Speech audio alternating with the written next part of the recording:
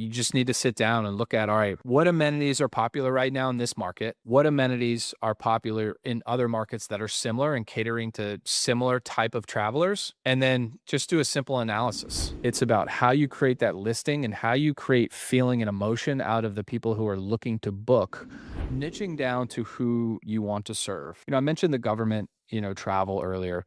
Short term, you're probably not gonna go out and figure out, all right, where are the government contracts, being placed inside the United States? I wanna go invest there. I know people over the last couple of years have done that, and right now I probably wouldn't do that, but typically what happens is a Republican gets, elected, and then a Democrat gets elected, and a Republican gets elected. It's like a 4-year cycle. Sometimes it's 8. So if you can hold off, the next 3, 4 years, it's probably gonna turn blue again, and, government contracts may be a good investment then. But what are some of those up and coming markets? Give ChatGPT a little prompt and say, what are the up and coming real estate markets in the Southeast, in the Northeast, in the United States? And just do some due diligence, do some research on some of those markets. It's not necessarily going to be the Gatlinburgs of the world that you're going to want to invest into. You can edit that prompt to say, like, what are some of the vacation rental markets that are up and coming? It's not gonna be the Lake Tahoes of the world. But, for instance, I always talk about Atlantic Beach, North Carolina, and just kind of the coastal North Carolina and what's happening there. Not the Outer Banks per se, but just, Atlantic Beach all the way down to Ocean Isle and that area, the coast of South Carolina as well, obviously excluding Myrtle Beach, excluding Charleston. But those are markets that I think are prime. I know there's a lot in Florida too. And so you want to see, like, all right, who's traveling to those markets? If you're investing, I'm doing this due diligence. If you're co-hosting, definitely do that due diligence too. But you're going to want to niche down on who's coming to those markets. So, Atlantic Beach, Morehead City, Beaufort, for instance, where I'm located, there's a lot of fishing. There's a lot of travelers that are coming to that area. So I'm thinking about, all right, what do they want? How do I want to serve them? Boat slips, they're gonna be up early, and they're probably gonna go to bed early too, because they're going out on, deep sea fishing trips. So sit down and think about, and I mentioned this in a podcast a couple weeks ago, but think about, like, who's that ideal avatar? Who's that ideal person that I wanna serve? And in these up and coming markets, who are these, what kind of people are coming here as well? And it's not just using ChatGPT, it's also, using local knowledge too. Picking up the phone, calling the local hotels, picking up the phone, calling the local real estate agents that are down there and asking them, "Hey guys, what what are people where are people coming from?" I was talking to Scott Aspel last week, and we were talking about, the Outer Banks area, and I was like, "Man, nobody from North Carolina that is from North Carolina, that has lived in North Carolina, goes to the Outer Banks. Nobody, because it just takes way too long to get there. If you live in Charlotte or if you live in Raleigh, you're going to Atlantic Beach, you're going to Wrightsville Beach, you're going to Oak Island, you're going to those markets instead of going all the way to the Outer Banks, because it takes you about 2.5 hours to get to those markets. To the Outer Banks, it takes you about 3.5 hours. So you don't want to be stuck in the car for an extra hour just to go to the Outer Banks, which is, typically more expensive. You got your people from Virginia, from DC, from Ohio that are typically driving down there. Okay. So what are those folks like? What do they like to do? What do they enjoy? you know, you're kind of generalizing here, but at the end of the day, you want to niche down on who you're trying to serve. A lot of those folks want maybe to go on fishing trips because they don't get to go fishing in Ohio, but maybe some of them don't like to fish because there's no fishing up there and they just want to spend time on the beach and they want a saltwater pool, right? What are those local things in those markets that are doing really well? And the up and coming markets too. Once you look at those, you're going to look at the data, especially on AirDNA, STR Insights, and you're going to be like, I can't get any of these properties to pencil. I can't get them to work. So my buddy and I helped him buy a property in Pinehurst, North Carolina. And for about 6 months, he was looking in Western North Carolina, looking for a property between like 600,000 to 800,000 that could really bring in, anywhere from like 110 to 130,000 in gross revenue. And we put a couple offers in on properties, but just searched and searched and searched in Western North Carolina and couldn't find any properties that really penciled. And, there are properties out there that would have worked. We offered on plenty of them. But at the end of the day, what I started to do is looking at some of these other, not as well known markets that have decent travel. And what I wanted to look at is what are those other markets like Western North Carolina doing, like Gatlinburg doing, like, Lake Tahoe, like 30A. What are those like A type of destination markets doing to stand out? And then how how are they differentiating themselves in those markets? What amenities are they having? Who are they trying to serve? More about what amenities they're having that is working. How can I make that work in these markets? So, this property in Pinehurst, $700,000 property, just got a booking from one of the uh, best golfers of all time. And his son's coming in for a golf tournament at some point this year. I can't drop the name, but I was just about in tears when I found out he booked it.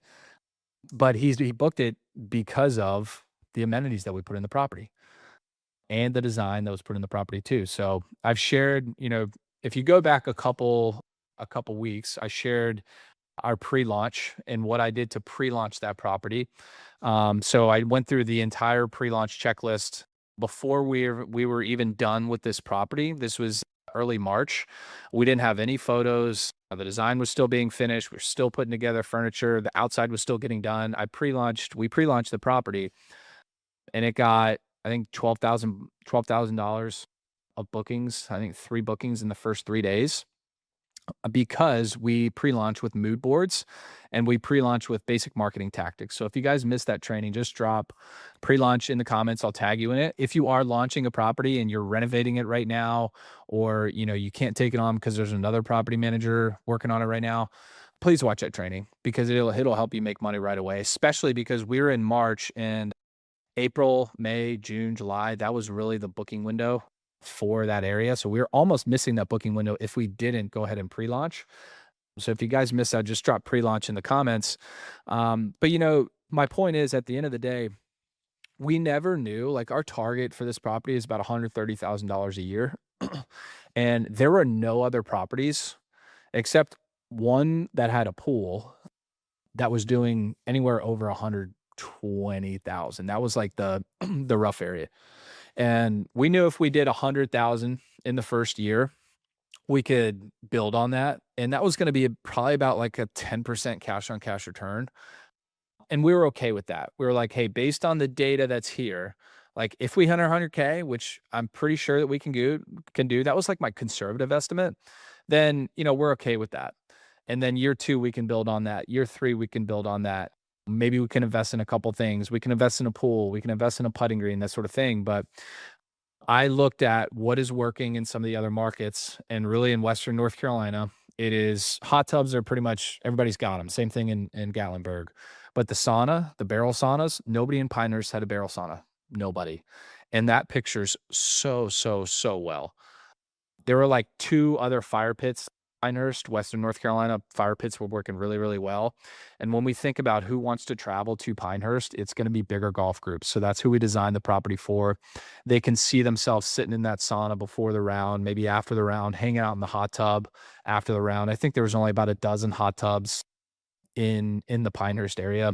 It's like kind of basic things, but nowadays to get those ADRs that you're really shooting for, you have to invest into the amenities. You can't just, the design is important, but you have to invest in those amenities because that's what you can photograph. And that's what people are ultimately booking on. They're booking on things that they can't get when they're at home. I'm the same way when I travel to hotels or when I travel, I stay in hotels and at least not with the kids. It's because I want good location, but I also want things that I can't get when I'm at home. Hotels typically have a gym, always looking for one with a nice gym with a steam room in particular. I love a steam room. My wife's always looking for a hotel room that has a long extended bathtub so she can soak. Typically, she's running marathons, so, she likes to have a nice bath afterwards. But what are those things that the people in your market that you wanna cater to, What amenities that are just like the no-brainers, like, I'm gonna book because I saw that. We also have the golf sim. We've got the golf sim in the garage, so we converted the garage into a golf sim, dartboards, golden tee, a nice couch, big TV so that we can watch sports, watch the game while we're there. But that, those garage conversions, nobody's doing those in the Pinehurst area as well. They're happening all over Florida. If you're not converting your garage in Florida, in 30A, in all these other areas, I mean, you see the Techvester guys doing really, really well for in the Fort Lauderdale area and the Clearwater area because they're converting garages and they're making outdoor oases.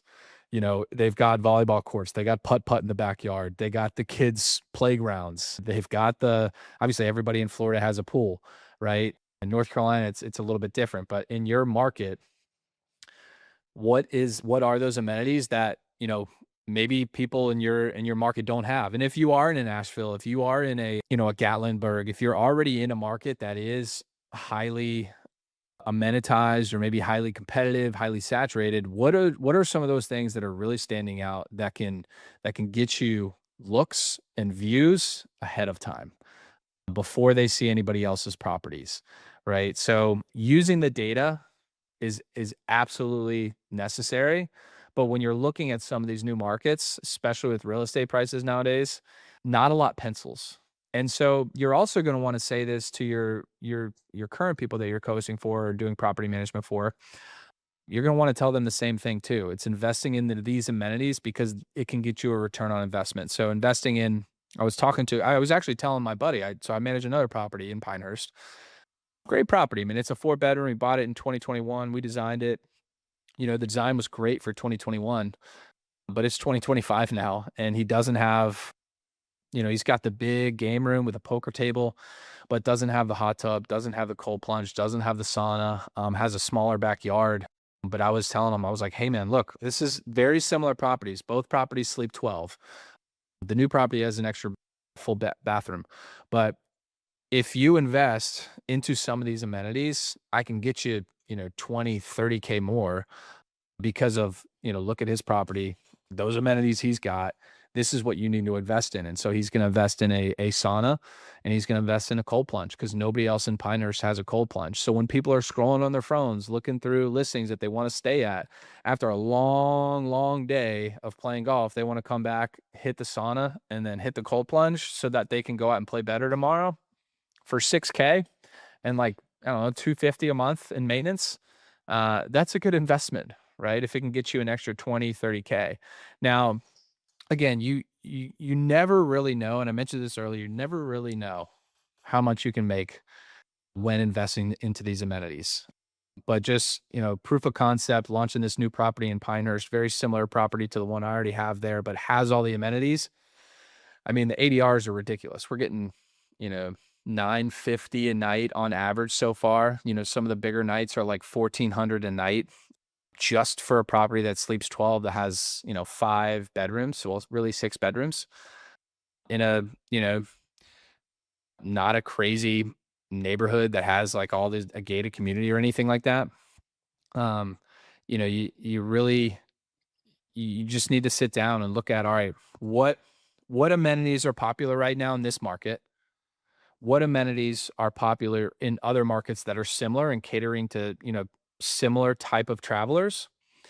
And then just do a simple analysis of, all right, if I invest in a hot tub, which is 10K, if I invest in a sauna, if I invest in, converting this garage into a game room, what will my additional revenue be on that property?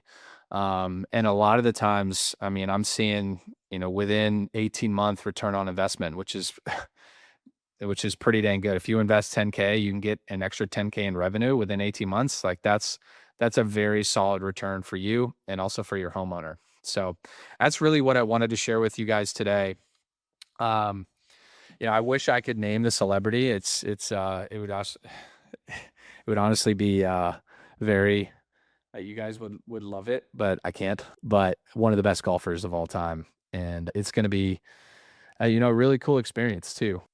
That property, I think, already has about $45,000 of bookings just in five weeks now. Yeah, 4 weeks. So I did the training on this about a month ago. It's We expected to make probably about 140 this year, and really, again, the conservative underwriting was 100. I'm on the hunt looking for properties that we can highly amenitize here in Eastern North Carolina. If you guys know of any or know people down here, feel free to have them reach out to me or just send me a DM. But again, look at some markets that are maybe not too popular yet in your state, in your area. And if you're in the Northeast, you're probably like, oh, I don't have any of those, but I guarantee you there are some. Like the Conway areas, like they're popular, but not as popular as they could be. And when you go into those markets, make sure you're amenitizing those investments. And if you're co-hosting, making sure that you're telling your folks that, this is your brand.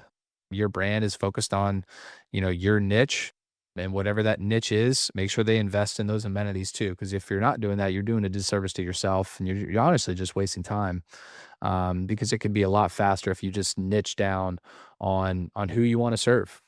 For the Pinehurst market, it's just golfers. It's bigger golf groups. And, for the beach market, it's more families. And really for my mountain market, it's just families that want to come, have a great stay, be safe as well. I'll have all kid-friendly amenities because my kids, go there and wave their Tinkerbell. I'm sorry, Snow White, I think is what they called it. Wands around. But, we have toys at all of our properties, which is a little bit of a pain because we got to disinfect those toys sometimes. But just some things that you can think outside the box, and you got to think about, all right, who's traveling here? And then how do I photograph these things that are going to be in the house so that when people are booking, they see those things and they book on those things, right? A lot of the times they're not booking on location. And Airbnb has made this big transformation into just being an experiential type of platform. If you log on to Airbnb, I guarantee you, every single one of you, if you type in Airbnb in your browser right now, it's probably going to have some cookies, but from places that you've maybe stayed at in the past. But just look at, I mean, if I look at Airbnb right now and just pull it up, I've got Inari, Finland is the first place, and it's all Arctic stuff. So it's all Arctic, right? And then they got icons. We can look at mansions. Let's see cabins. This is going to be a good test. Monterey, Virginia. Anybody ever heard of that? Elkton, Virginia. Appomattox, Virginia. So here we go. Sneads Ferry. Marion, South Carolina. Durham, North Carolina. That's pretty cool for Durham. Powell's Point, North Carolina. Have we ever heard of any of these places? Probably not. Amazing views, Emerald Isle. So like these are more closer to me. I think their Airbnb is really wanting to promote those experiential type of stays. And let's just click into some of these. Yeah, you got the river, 376 reviews, 4.96 stars, 300 a night for 5 nights, right? So voted coolest Airbnb in Virginia. And it's cool because it's an old home. It's on the river. It's got great photos. You can just feel yourself staying here. So do some market research too. Like look at this. Like the guy's pouring some whiskey. Just incredible photos. Have done it really, really well. I've done a training on this in the past, guys, but let me see if I can pull it up too. Here, you guys can see it. Algorithm. There we go. How to create a money listing. Airbnb algorithm hacks. So one of the reasons why these guys showed up on the first page is they're getting 300 a night for just a couple stay. But they have a lot of reviews. They've got great pictures. They've got decent marketing copy. They probably don't even need it because their location is so great. But they do a really good job in creating their listing and creating an experiential type of stay. And this training and this document, if you want this, just drop algorithm in the comments. But this will help you get ranked higher in search results. So it's not just about, how the location of your property. It's about how you create that listing and how you create feeling and emotion out of the people who are looking to book your property or looking to book a property. How are you going to get them to feel when they're scrolling on their phone? Like when I see this, I'm like, all right, cool. This is an old house. It's on the river. It looks like they got like a little fire pit here. So Yeah, just like drinking a beer, have a little fire pit right on the river, really relaxing. I have no clue where Appomattox, Virginia is, but this place was voted coolest Airbnb in Virginia. So, how do you get coolest Airbnb in your market? You got to think about the real estate and the location, but you got to think about who are you trying to serve? It could be coolest Airbnb for golfers in Pinehurst. I guarantee you there's way cooler Airbnbs than ours in Pinehurst, but there's one of the best golfers in the world ever has booked our place. And it's because we followed the pre-launch checklist and we also followed this framework for how to create a great listing and then evoke emotion in people to get them to book as well. And then at the end of the day too, like the hosting side of it, I think is pretty easy. It's you photograph, you don't fake your photographs, right? You don't use Chat GPT to put an extra, couch in there or make your couch look way nicer or make make the sky look like there's a sunset, just parting over the top of the house. But, you wanna make it somewhat realistic, but at the same time, you have to make it, a showstopper. Those amenities are a showstopper. This creek is a showstopper. This house too. Like, this is an old, I love this little lamppost here. It feels like it feels like you kinda out in the woods, right? But at the same time, the inside is super nice. Let's see if they got a bathtub for Sierra. We might have to book this place. I don't see one. No, it looks like just a shower. But, how are you evoking that type of emotion in each and every person that is scrolling through Airbnb and scrolling through the hundreds of thousands of listings that are on there?